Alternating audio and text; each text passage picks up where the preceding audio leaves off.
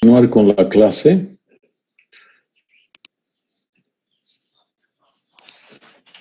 El tema que vamos a hablar hoy día es una infección urinaria alta, complicada, no complicada, o pielonefritis aguda. Entonces, este es otro tema bien común y me parece que hay que darle también la importancia que hemos conversado ayer.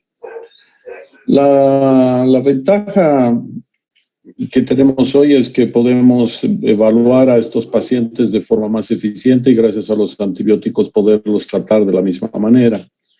¿Cuál es la definición de pielonefritis? Es una infección del riñón que usualmente resulta de bacterias que viajan a través del uréter y llegan desde la vejiga al riñón. La incidencia de la pielonefritis aguda es alta. En Estados Unidos se estiman que hay entre 459,000 a 1.131,000 casos por año y globalmente a nivel del mundo tenemos entre 10 y 25 millones de casos, o sea que es una patología relativamente frecuente. De estos pacientes que tienen pielonefritis aguda, un 20% requieren hospitalización y la mortalidad ha bajado gracias a los antibióticos, pero todavía tenemos, como vamos a ver más adelante, pacientes que tienen pielonefritis enfisematosa, que tienen una mortalidad entre un 20 y un 80%, o los abscesos perirrenales, que tienen una mortalidad entre el 20 y el 50%. Las pielonefritis, como hablamos ayer de las infecciones urinarias bajas, también las podemos dividir en no complicadas y complicadas. Y una infección no complicada es una infección bacteriana cuando la vía estructural y funcionalmente son normales. Entonces, esto es lo que probablemente sucede con la gran mayoría de ustedes, que no tienen ni alteraciones estructurales ni funcionales de la vía urinaria. Pero cuando hay una alteración estructural, como una estenosis de la unión ureteropiélica, por ejemplo, o la presencia de un cálculo en la vía urinaria, o una vejiga neurogénica, o una estenosis del uretro, entonces hay una anomalía estructural y esta anomalía estructural va a condicionar que los pacientes puedan tener unas pielonefritis complicadas. ¿Cuál es el cuadro clínico de la pielonefritis aguda? El cuadro clínico de la pielonefritis aguda va a estar caracterizado fundamentalmente por fiebre. Entonces, tú no puedes tener un cuadro de pielonefritis aguda si no hay fiebre. Entonces, esta es una condición sine qua non para poder hacer diagnóstico. La segunda cosa que tienen los pacientes es dolor lumbar. Pueden tener asociado a esto náuseas y vómitos. Y los síntomas irritativos vesicales como disuria, polaquiuria, icturia, urgencia y tenesmo también pueden aparecer, pero no necesariamente. Aproximadamente un 20% de los pacientes no tienen síntomas urinarios bajos. Entonces, la ausencia de estos no genera una sensación de que no estamos frente al diagnóstico. Entonces, hay que entender que esto es algo que sí puede suceder. Y obviamente estos pacientes van a tener compromiso de su estado general. Acá este es el último artículo que aparece en New England Journal of Medicine, donde básicamente lo que están haciendo es hacer una rememoración de un cuadro clínico de pielonefritis aguda y describen una mujer de 35 años que tiene síntomas irritativos, disuria, urgencia, malestar general, fiebre, náuseas y dolor en el flanco. Es una paciente que tiene antecedente de un viaje reciente a India y también ha tenido un cuadro diarreico que ha sido tratado con quinolonas, como ciprofloxacino. Y cuando ingresa tiene 105/90, tiene un pulso de 110 por minuto y una temperatura de 38.6. Esta paciente también tiene dolor suprapúbico y en el flanco. Le han pedido laboratorios y sus glóbulos blancos hablan de 16,000 blancos. Entonces, es importante entender esto. Tenía una creatinina previa de 0,8 y ahora está en 1,4 y en su examen general de orina leucocitos y nitritos. Entonces, cuando uno ve un cuadro como este, puede, por todos los datos que les acabo de dar, decir que esta paciente estamos frente a un cuadro de pielonefritis aguda. Entonces, es importante entender que esto es algo que tienen que siempre tener presente en el momento de evaluar a los pacientes. Como ayer les decía, el cuadro clínico y el examen físico y los antecedentes son parte central en el diagnóstico de toda patología. Después vendrán exámenes de laboratorio y de imagen, pero en líneas generales, con el cuadro clínico ya podemos tener una alta sospecha de que estamos frente a un cuadro de pielonefritis aguda. Y siempre hay que entender que las pielonefritis agudas son infecciones severas, o sea, no hay que minimizar o no darle importancia debida, porque eventualmente una pielonefritis no bien manejada en una etapa inicial va a evolucionar, como vamos a ver más adelante, hacia complicaciones, y las complicaciones eventualmente están asociadas a pérdidas de estas unidades de la función renal. O sea, puedes perder un riñón, o la otra cosa que puede suceder con estos pacientes es que fallezcan, si es que tú permites que evolucionen hacia las complicaciones que tienen. Por lo tanto, las pielonefritis siempre deben ser consideradas como infecciones severas. ¿Cómo se establece el diagnóstico? Como acabo de mencionar, la primera cosa es hacer una buena historia clínica, una anamnesis adecuada, un examen físico y una valoración de antecedentes, lo que nos va a generar una sospecha clínica. Hay que valorar si estos pacientes tienen antecedentes de factores de riesgo que puedan generar sospecha de que hayan alteraciones funcionales o estructurales de su vía urinaria. Y en demostración hay que demostrar la infección y su localización. Es parte central del diagnóstico de una pielonefritis aguda que el paciente tenga que hacerse un examen general de orina con un urocultivo, al margen de exámenes de sangre que permitan valorar a estos pacientes. Entonces, el laboratorio es central.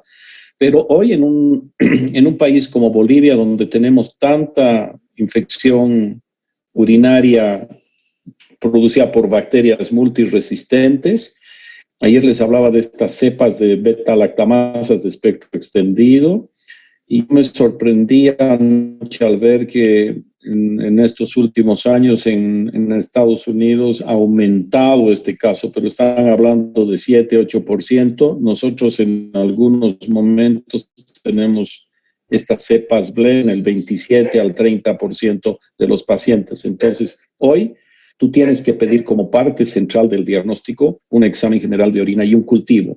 Y probablemente tendrás que asociar otros exámenes. Entre ellos, un hemograma, una eritrosedimentación. Es importante valorar la función del riñón, es importante valorar, se tendrá que pedir una creatinina, se puede pedir una proteína C reactiva, también es otra cosa que te puede ayudar en el diagnóstico de estos pacientes, pedirle proteína C reactiva. Se puede pedir procalcitonina, que también te va a dar una pauta de que estás frente a un cuadro infeccioso agudo, pero el general de orina y el cultivo es como el pilar, porque vas a identificar la bacteria, vas a aislar la bacteria. Una vez aislada vas a poder hacer un antibiograma y saber la sensibilidad que tiene esta bacteria a los antibióticos que tú tienes disponibles. Por lo tanto, el urocultivo es el estándar de oro en el diagnóstico de esta patología. Como en todas las patologías, hay que hacer un diagnóstico diferencial. A veces los pacientes tienen un cuadro de dolor lumbar derecho y tiene un cuadro de fiebre. Entonces tú tienes que saber si este es un cuadro de una colecistitis aguda o estás frente a un cuadro de una pielonefritis aguda.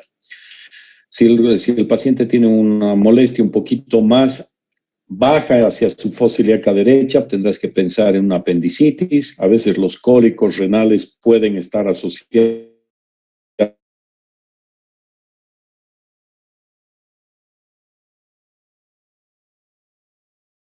están con trombosis de la vena renal, es otra condición.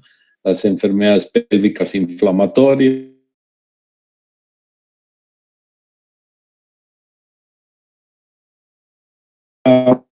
para hacer una palpación bimanual y valorar si la movilización del útero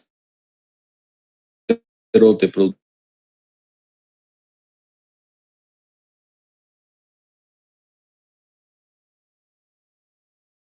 que la que tú tomes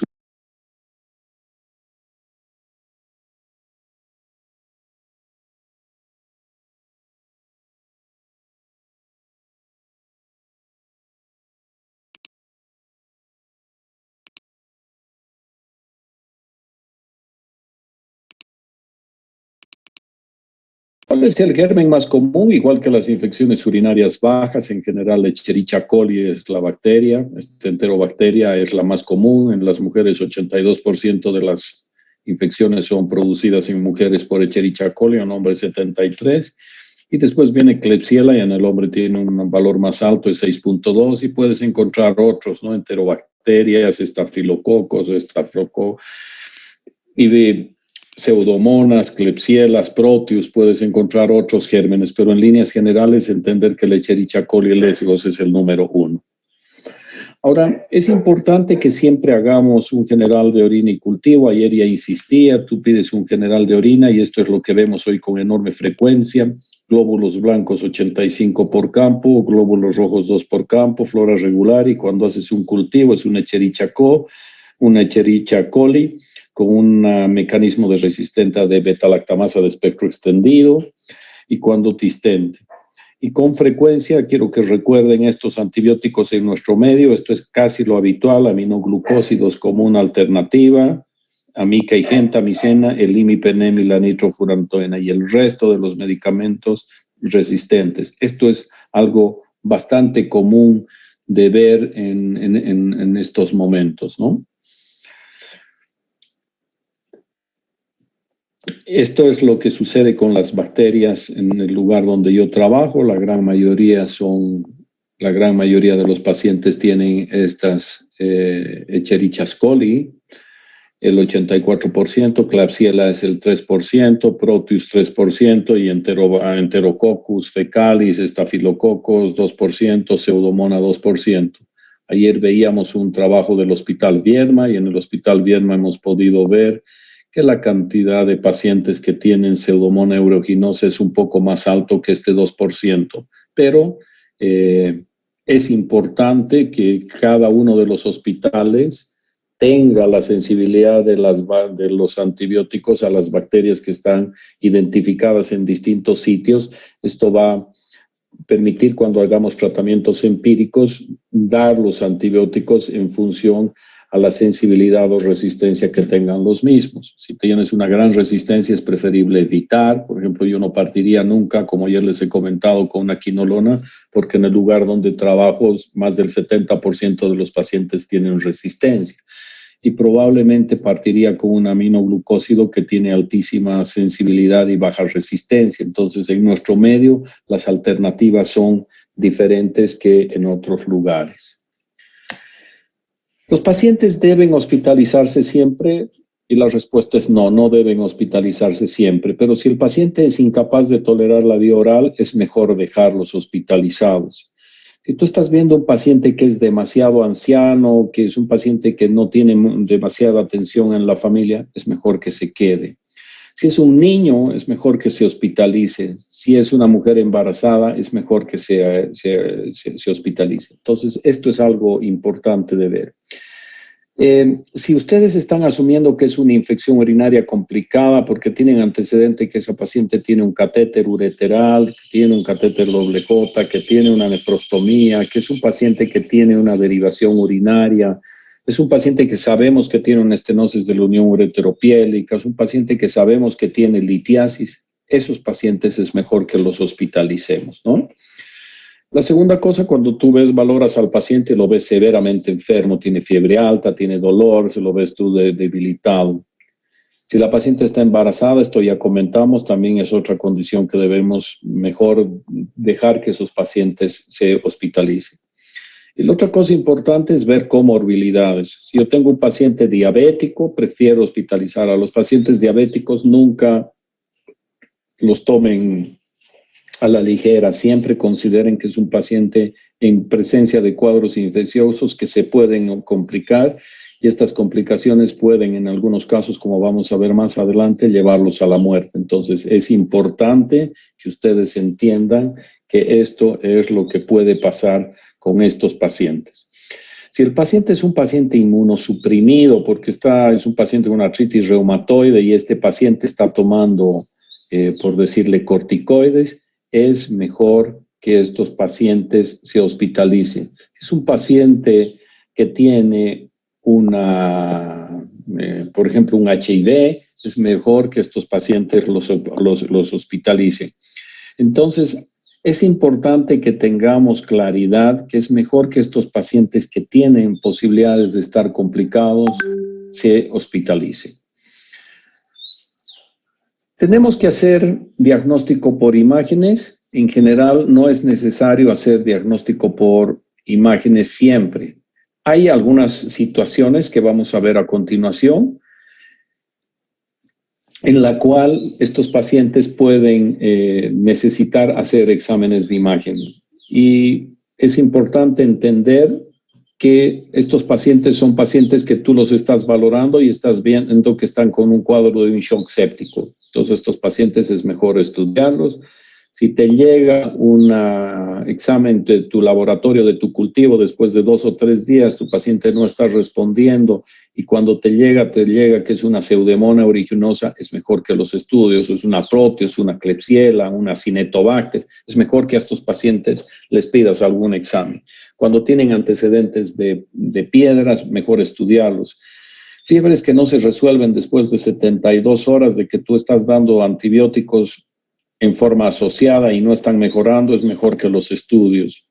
Si tu paciente estaba mejorando y rápidamente recae, mejor solicitar un examen de imagen. Si son varones, es mejor pedir, es más alto esto en las mujeres, es más frecuente, y entonces cuando aparece en hombre en general nos genera más sospecha.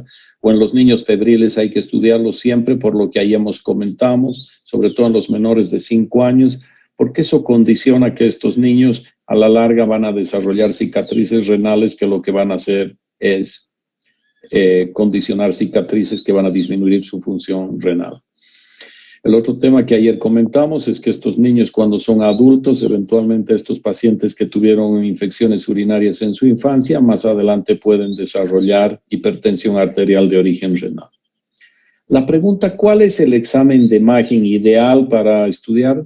Número 1, o sea, por la facilidad, en general uno parte haciendo una ecografía, pero si no persiste, el mejor examen es la tomografía o eventualmente la resonancia. Pero número 1 es la tomografía y esto es algo que quiero que recuerden, que si tenemos que hacer algo, uno podrá hacer una ecografía para dar una pauta, pero ante la mínima duda, ante la mínima sospecha, la tomografía es el examen. Y hay que hacer una tomografía con y sin contraste siempre y cuando la función renal esté preservada. Quiero que recuerden esto que ayer hemos comentado. Le voy a dejar ampicilina, no, porque tiene 85% de resistencia. La amoxicilina como ácido clavulámico tiene como 22%. Si se fijan qué está pasando con las cefalosporinas, entre 35 y 38%. Las quinolonas en realidad tienen alrededor de 75%. Entonces, estos antibióticos no pueden ser los antibióticos con los que partimos. Estoy mostrando este gráfico primero, porque más adelante vamos a ver qué es lo que recomiendan las guías. Entonces, miren qué pasa con la nitrofurantoína. La nitrofurantoína tiene 7%, pero entiendan y recuerden que la nitrofurantoína no tiene absorción a nivel sistémica, se excreta por vía urinaria, es buena para los procesos infecciosos urinarios, pero no tiene llegada a parénquimas renales, es bacteriostático, no es bactericida por otro lado. Por lo tanto, la nitrofurantoína no es un antibiótico que debemos administrar en pacientes que tienen cuadros de pielonefritis. La gentamicina tiene como un 33% de resistencia, la amicacina tiene 1% en el hospital donde yo trabajo. Por lo tanto, para mí, amicacina sigue siendo una alternativa bien interesante para dar. Si miramos qué vemos con los carbapenemes y mepenemes en general, también la sensibilidad es muy alta. El cotrimoxazol tiene un 67%, la cefoxitina tiene un 1%. Entonces, en líneas generales, esto es algo que uno tiene que tener claro el momento de decidir con qué tratamiento va a empezar. Es un paciente que tiene alta sospecha, tiene un cuadro febril, tiene un cuadro de compromiso del estado general, tiene dolor lumbar y tiene síntomas irritativos y tiene náuseas y vómitos. Entonces, el paciente cuando lo examino, tiene dolor en su fosa renal, es la segunda vez que tiene, ya tuvo un antecedente. Entonces, para mí, este paciente tiene una alta sospecha. Lo estudio, no nos olvidemos que hay que hacer siempre el estándar de oro, que es hacer un general de orina y un cultivo. Entonces, ¿qué es lo que nos está diciendo up to date con respecto al esquema de tratamiento oral? Nos está hablando de levofloxacino, ciprofloxacino. pero nosotros sabemos que nuestro medio tiene más de 70%, entonces para mí esta no es una alternativa. Nos está hablando de sulfamethoxazol y trimethoprim, que como ustedes ven, el sulfamethoxazol y trimethoprim tiene 67% de resistencia. Entonces, viendo un poco qué se puede dejar, probablemente una cefalosporina de tercera generación, si no estás viendo que está comprometido, y eventualmente podrás asociarle por vía parenteral en la casa domiciliario un aminoglucósido. Puede ser una alternativa interesante para nosotros, ¿no? Cuando te hablan de tratamientos parenterales, te están hablando de ceftriaxona, que tenemos que tener claridad que tiene 1/3 de los pacientes en Cochabamba tienen resistencia, y me parece que no debemos pensar ni en cipro ni en levofloxacino porque tienen como 70%. Podamos usar estos antibióticos si cuando hemos tomado una muestra nos llega un cultivo y el cultivo nos está diciendo que es sensible ese antibiótico. Esa es la condición en la que sí podremos usar este antibiótico, pero de otra manera no se puede utilizar este antibiótico. Sanford Guide es una guía de manejo de pacientes con infecciones urinarias. Es una guía de antibióticos que se ha vuelto muy popular en el mundo. ¿Qué es la recomendación para ellos? Como régimen de primera línea, definitivamente quinolona, cipro, levo, floxacino. Y en segundo lugar, ceftriaxona o gentamicina o tobramicina. Entonces, vuelvo a insistir con lo mismo que estoy diciendo. Yo creo que me quedaría con una cefalosporina de tercera generación y eventualmente nos podemos quedar con un aminoglucósido como una asociación si es que vamos a tener la posibilidad de administrar de forma parenteral. Eventualmente otra alternativa es que se ponga por vía parenteral e intramuscular la micacina una vez al día y eventualmente tomar una dosis oral de una cefalosporina oral como la cefixima de tercera generación puede ser una alternativa de manejo ambulatorio. ¿Cuánto tiempo se deben tratar a los pacientes con pielonefritis? 7 días de tratamiento si la respuesta es buena, pero eventualmente podremos extender 14 e incluso en algunos pacientes hasta 21 días, ¿no? Y aquí nos están dando alternativas de cosas que están pasando con los antibióticos que usan en Norteamérica, que me parece que hoy día no tenemos que ni siquiera pensar porque para nosotros no es una alternativa ni cipro, ni sulfamethoxazol y trimethoprim. Ayer hablábamos en las infecciones urinarias bajas que se deben dar sulfamethoxazol o trimethoprim si en el país donde tú vives sus índices de resistencia son menos del 20%. Y acá estamos viendo que en Cochabamba, en el lugar donde yo trabajo, está alrededor del 65%. ¿Qué pasa si no se tratan estas infecciones de forma adecuada o eventualmente el paciente se demora en llegar o eventualmente es una bacteria multiresistente o el paciente tiene una anomalía funcional o estructural? Los pacientes pueden tener complicaciones y estos pacientes pueden evolucionar a complicaciones que en algunas ocasiones van a obligar a que terminemos retirando este riñón. Entonces, ¿cuáles son estas complicaciones? La pielonefrosis es una, la pielonefritis enfisematosa es otra, los abscesos renales corticales, los abscesos perirrenales y las necrosis papilares.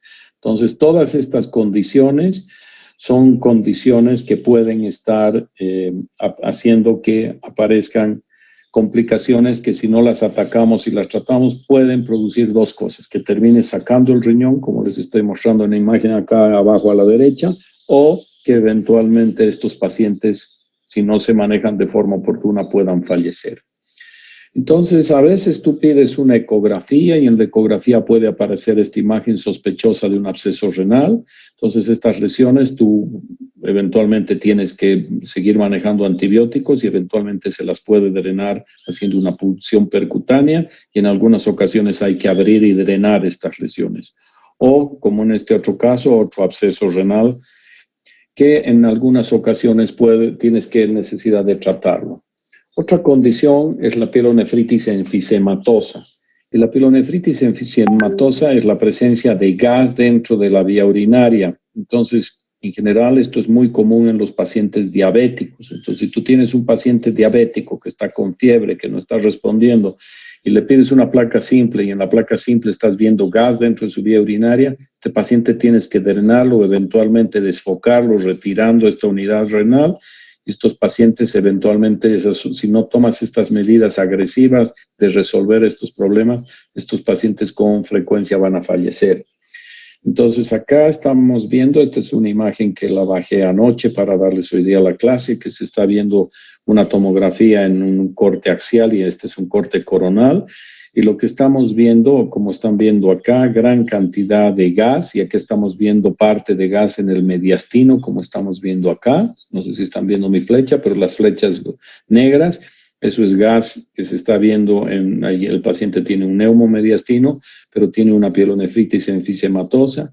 Ayer mostraban esto como un caso clínico y este paciente, a pesar de lo que le hicieron, terminó falleciendo. Entonces, quiero que entiendan que cuando estás frente a esto, un paciente con un cuadro de shock, un paciente que no está respondiendo, lo estudies. Si no tomas decisiones, si no haces cosas en forma rápida y oportuna, y a veces a pesar de hacerlas, estos pacientes pueden terminar perdiendo la vida. La necrosis papilar es otra condición y básicamente esta condición es donde se produce una necrosis de las papilas renales. Esto es común en ¿quién? Diabéticos también, pero también es común en pacientes que están recibiendo analgésicos. Entonces, a veces estos pacientes tienen cuadros de dolor, son diabéticos, están con fiebre y para aliviar el dolor empiezan a tomar antiinflamatorios no esteroideos, hacen una pielonefritis y después hacen una necrosis papilar y estos pacientes también son pacientes que van a tener altas posibilidades de mortalidad. Otra complicación es la pionefrosis. La pionefrosis es un absceso intrarrenal, intrasistema colector, donde todo el sistema que colecta la orina se llena de pus. En este caso, este paciente tenía una estenosis de la unión ureteropiélica, tiene un saco hidronefrótico y como están viendo acá, todas estas cavidades llenas de material purulento. Esto produce un cuadro de sepsis, un cuadro agudo que si no se resuelve en forma rápida y oportuna, con enorme frecuencia pueden terminar falleciendo los pacientes. Pero hay que entender que esta es una cirugía en general compleja, ¿no? Porque no es que uno llega y todo el tejido alrededor de ese riñón enfermo está fácil de liberar. Entonces, a veces este tejido está tan adherido y cuando son lesiones, sobre todo del lado derecho, estas lesiones con enorme frecuencia pueden estar adheridas a la vena y uno puede producir una lesión de la vena cava y los pacientes no morir por las tiras de estas unidades renales, pero hay que tener claridad que estas son unas condiciones quirúrgicas difíciles, pero que si no se toman las decisiones en ese momento, los pacientes por sepsis pueden terminar falleciendo. Algunas veces los pacientes tienen condiciones que están complicadas. Por ejemplo, un paciente que tiene un cuadro típico de una pielonefritis aguda, le pides una placa y tiene un cálculo en la unión ureteropiélica, este paciente tienes que resolver esta obstrucción, porque si no se va a complicar y va a ser un absceso renal o una pionefrosis. Entonces, a este paciente le tendrás que hacer algún procedimiento, como dejarle un catéter doble J para que esta orina que esté sobre el cálculo pueda liberarse. Entonces, esta es otra condición. Si ustedes saben que un paciente tiene una estenosis de la unión ureteropiélica porque por alguna razón se estudió y tiene un cuadro infeccioso, eventualmente hasta que se resuelva esto podrás poner unos catéteres doble J y más adelante resolver la obstrucción de estos pacientes haciendo cirugía y haciendo una plastía de la unión ureteropiélica en forma bilateral en el caso de este paciente. No se olviden que las pacientes que tienen embarazo son pacientes que están más susceptibles y esto tiene que ver con varias cosas. Uno, con el bebé. Dos, con la progesterona. La progesterona produce una relajación de la musculatura lisa y no solamente del útero, sino también de la vía urinaria. Entonces, estos pacientes tienen pelvis que están más ectásicas, uréteres que están más ectásicos, en algunas ocasiones por el crecimiento del propio bebé y del útero, se comprime el uréter, sobre todo en el lado derecho, y se va a producir una hidronefrosis. No es infrecuente que las pacientes embarazadas puedan formar piedras, eventualmente hay que estudiarlas y eventualmente a veces operarlas. Hemos operado muchísimas pacientes embarazadas, hacemos procedimientos de tipo endoscópico, pero hay que tener entendido de que la paciente embarazada, que si no se trata, eventualmente puede terminar complicando su vía urinaria, los problemas de su vía urinaria. Y la segunda cosa que puede terminar sucediendo con las pacientes es que puedan desencadenar partos prematuros, partos inmaduros, y si están en etapas más tempranas del embarazo, pueden condicionar, pueden bloquear sus micrófonos, porque los he bloqueado, pero alguien lo tiene activado y no me permite. Saúl, estás tú con tu micrófono abierto. Gracias. Entonces, el embarazo es una condición que siempre hay que tenerla presente. Es mejor que estas pacientes se hospitalicen. Lo mismo pasa con los niños. Hemos hablado ayer claramente. No se olviden que los niños hacen cicatrices en el riñón. No esperemos a que esto suceda. Tratémoslos de forma adecuada, oportuna. Los niños no pueden razonar de la manera de decir tienes que tomar, tienes que hacer. Entonces, mejor tenerlos y administrar los antibióticos por vía parenteral. Y los ancianos también se descompensan con mucha facilidad, entonces es mejor que a los ancianos también tomemos decisión de tenerlos hospitalizados y poderlos atender de forma manera oportuna. Los ancianos se descompensan con facilidad, a veces se deshidratan con facilidad, entonces es mejor manejarlos intrahospitalariamente a este grupo de pacientes. Como siempre, los pacientes diabéticos, hemos visto que las pielonefritis enfisematosas, las pionefrosis, los pacientes con necrosis papilares, todos estos pacientes con abscesos renales en general, con enorme frecuencia son pacientes diabéticos. Entonces, si tú tienes un paciente diabético y es un paciente con sobrepeso y una diabetes mal controlada, que es lo que habitualmente pasa con estos pacientes, es mejor tenerlos hospitalizados. Entonces, en estos pacientes complicados vamos a tener que son fiebres más altas, más dolor, más náuseas, más síntomas irritativos y sobre todo un mayor compromiso del estado general que puede llevar varias semanas. Entonces, siguen siendo bacterias que en general disminuyen ya las Escherichia coli y aparecen otras como Citrobacter, Pseudomonas, Enterococos o Estafilococos o a veces hongos. Siempre el estándar de oro, hacer un examen general de orina y cultivo también en estas pacientes, hospitalizarlos y medidas de soporte, reposo, antipiréticos, analgésicos, antibióticos, líquidos parenterales. Y hemos hablado de las opciones de antibiótico, creo que no tiene sentido que nos perdamos. Ya hemos comentado un poco qué pasa con los pacientes en el lugar donde yo trabajo y cuál es la sensibilidad de los antibióticos. Entonces vuelvo a insistir. No se puede dar nitrofurantoína porque no tiene acción a nivel de parenquima renal, pero yo dejaría un aminoglucósido probablemente con una cefalosporina como alternativa, y si no funciona eventualmente imipenem o meropenem o cualquiera de los penémicos es otra alternativa, pero creo que uno debe actuar en forma rápida y oportuna con los antibióticos.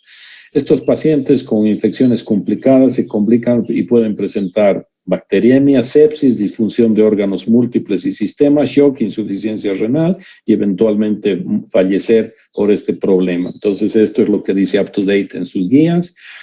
Y lo más probable que ocurra en pacientes que tienen complicaciones como obstrucciones, que han sido instrumentados recientemente, tienen anomalías del tracto urinario, en pacientes de edad avanzada con diabetes mellitus. Entonces, es importante entender que a estos pacientes que tienen estos problemas hay que atenderlos de forma más oportuna. A veces el tratamiento de estos pacientes es sacar estas unidades renales que están infectadas y complicadas y en este caso sin función, y con eso sacas el órgano, recuperas al paciente y salvas su vida. Entonces acá estamos viendo un paciente con un absceso renal. A veces esto se puede hacer un tratamiento antibiótico si es una cosa pequeña y se va a resolver. Si es una colección más grande, a veces hacemos punciones percutáneas y dejamos tubos de drenaje dentro de estos abscesos renales y con eso resolvemos el problema. Aquí estamos viendo este tubo de drenaje dentro de esa colección que se ha resuelto y se sigue administrando antibióticos. En algunas otras ocasiones podemos ver pacientes con múltiples abscesos renales y en estas ocasiones, si hay un gran compromiso de su estado general, estamos dando antibióticos en forma adecuada y de amplio espectro y no está mejorando. En algunas ocasiones estas unidades renales hay que terminarlas retirando. Entonces es importante que tengamos claridad de que uno tiene que tomar conductas rápidas y agresivas en estos pacientes si es que no quiere perderlos. Si tú tienes un paciente que tiene un cálculo que está en la unión ureteropiélica, a veces estos catéteres yo considero que han revolucionado la urología, que se llaman catéteres doble J o stents, le llaman los americanos, o llamaban doble J o pigtail o cola de chanchos, tienen varios nombres, pero en general con lo que más se conoce hoy son como doble J en Bolivia. Entonces estos catéteres doble J tienen un alambre guía que se lo sube hasta el riñón. Sobre ese alambre guía se monta este catéter, que es el catéter doble J, y cuando tú retiras la guía, este catéter que tiene memoria va a volver a recuperar su curva en la parte proximal, en la pelvis renal y aparte en la vejiga, y queda atascado arriba. Tiene múltiples orificios y por estos orificios y alrededor del propio catéter va a empezar a drenar todo ese contenido que puede estar infectado. Entonces, a veces colocamos en pacientes que cuando estamos viendo que es una piedra, entramos y empieza a salir pus, nos seguimos trabajando ahí, ponemos una guía, subimos un catéter doble J y nos vamos. Una vez que se ha recuperado de su cuadro infeccioso, retiramos esto y vamos a tratar la piedra. Entonces, estos catéteres definitivamente han salvado muchísimas vidas y son probablemente uno de los adelantos más importantes que ha tenido la urología moderna. Algunas veces no se pueden hacer un ascenso de estas estructuras que se llaman doble J.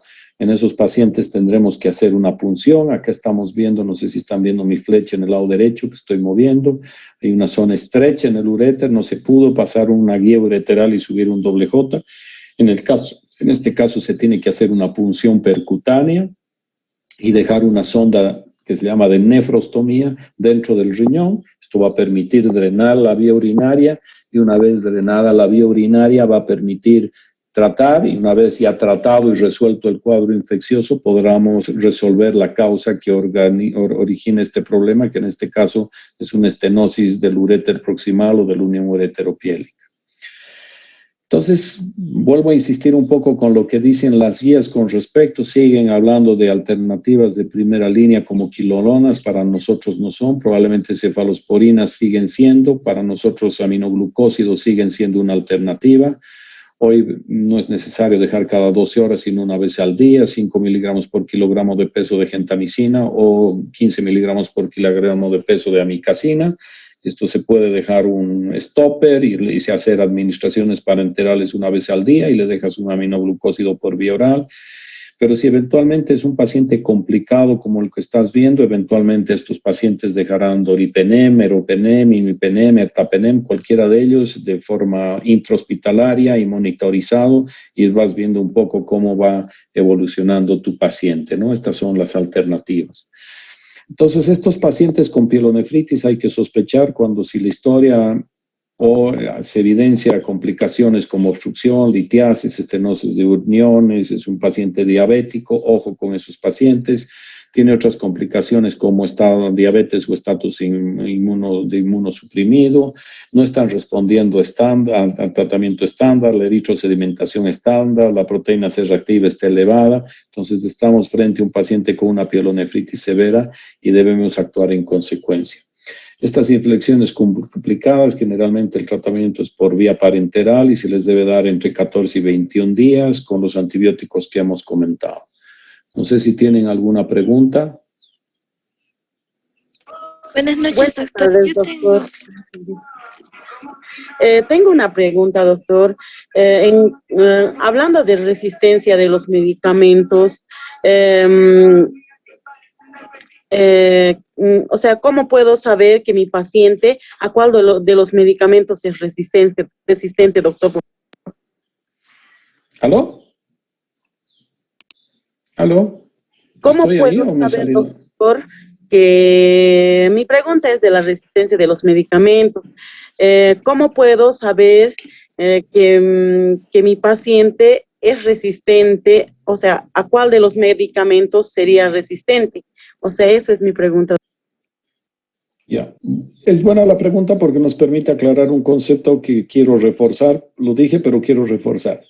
El estándar de oro, doctora, es el general de orina y el cultivo. O sea, no puedes tú saber si es sensible o resistente si no haces un cultivo y haces sensibilidad. Esto es fundamental.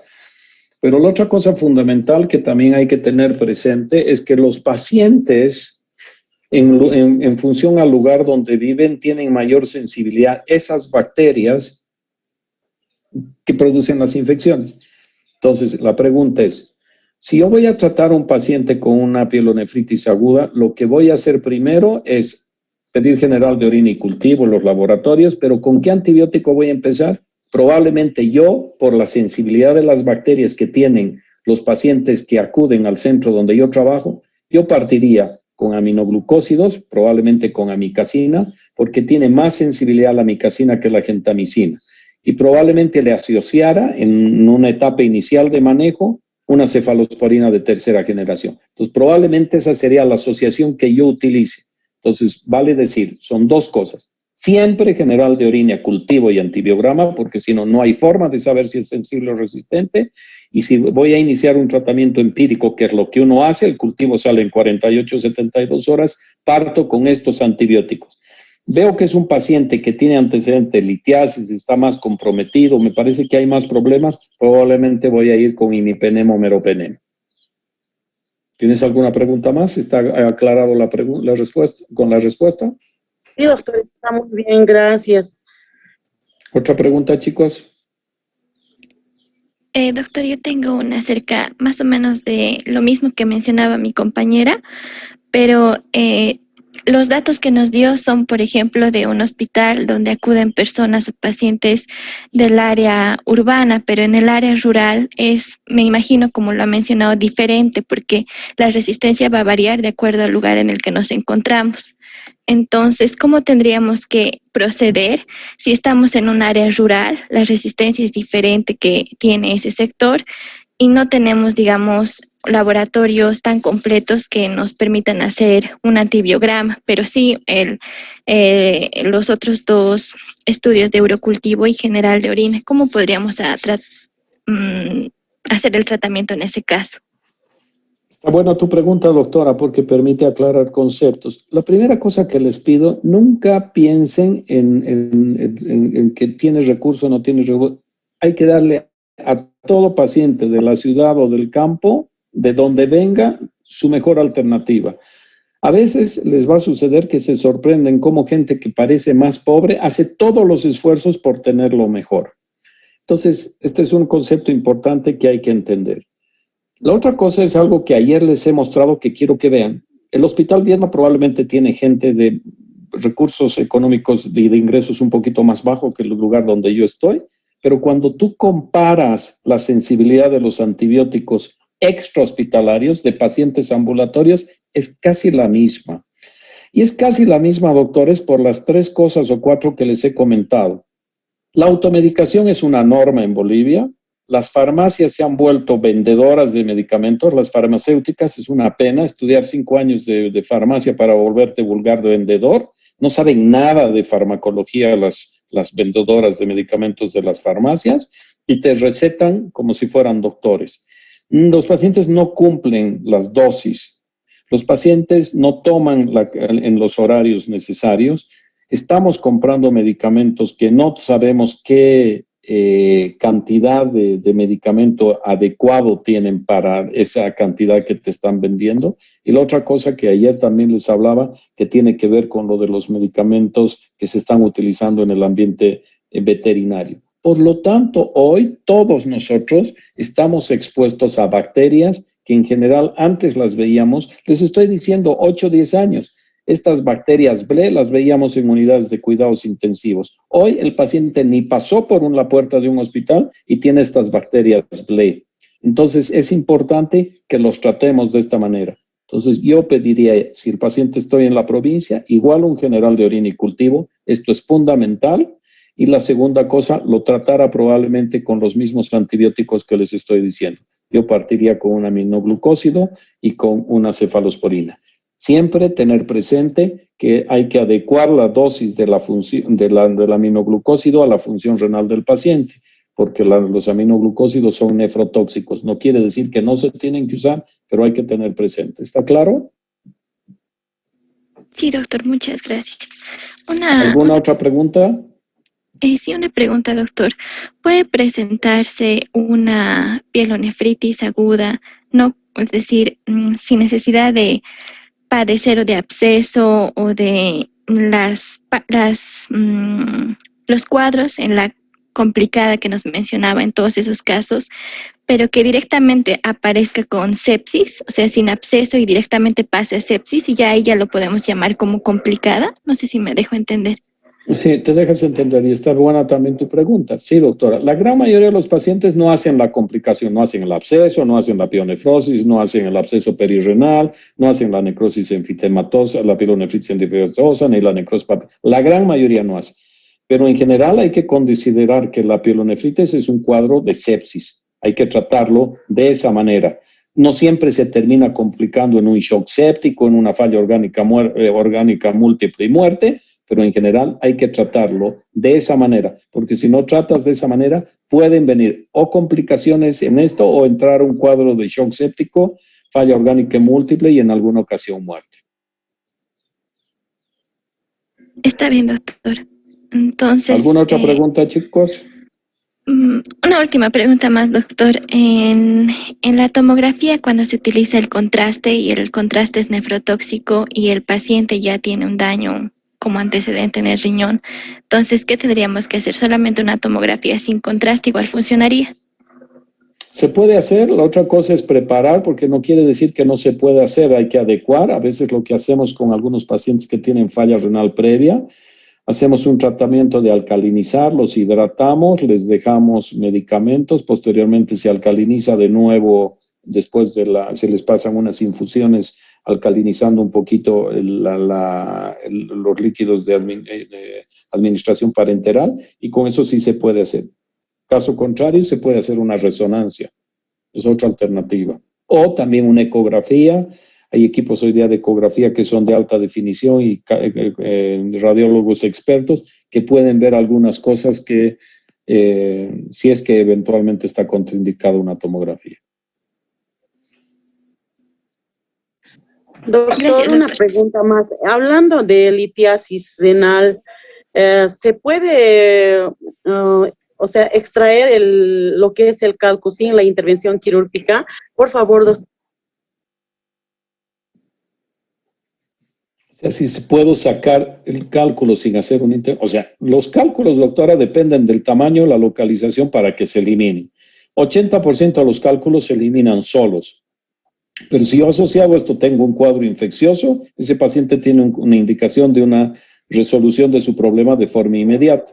Hoy día los procedimientos son de mínima invasión. Entonces, probablemente si tengo un paciente con un cálculo, por más pequeño que sea, pero que está con un cuadro de una pielonefritis infectada o una pionefrosis, a este paciente le colocaría un catéter doble J, controlo su cuadro infeccioso, retiro el doble J y voy a tratar la piedra. Pero ese es un poco el manejo, ese es un poco el manejo. No sé si eso es lo que estaba preguntando. Gracias, doctor. Muchas gracias. Eso era, doctor. ¿Hay alguna otra pregunta?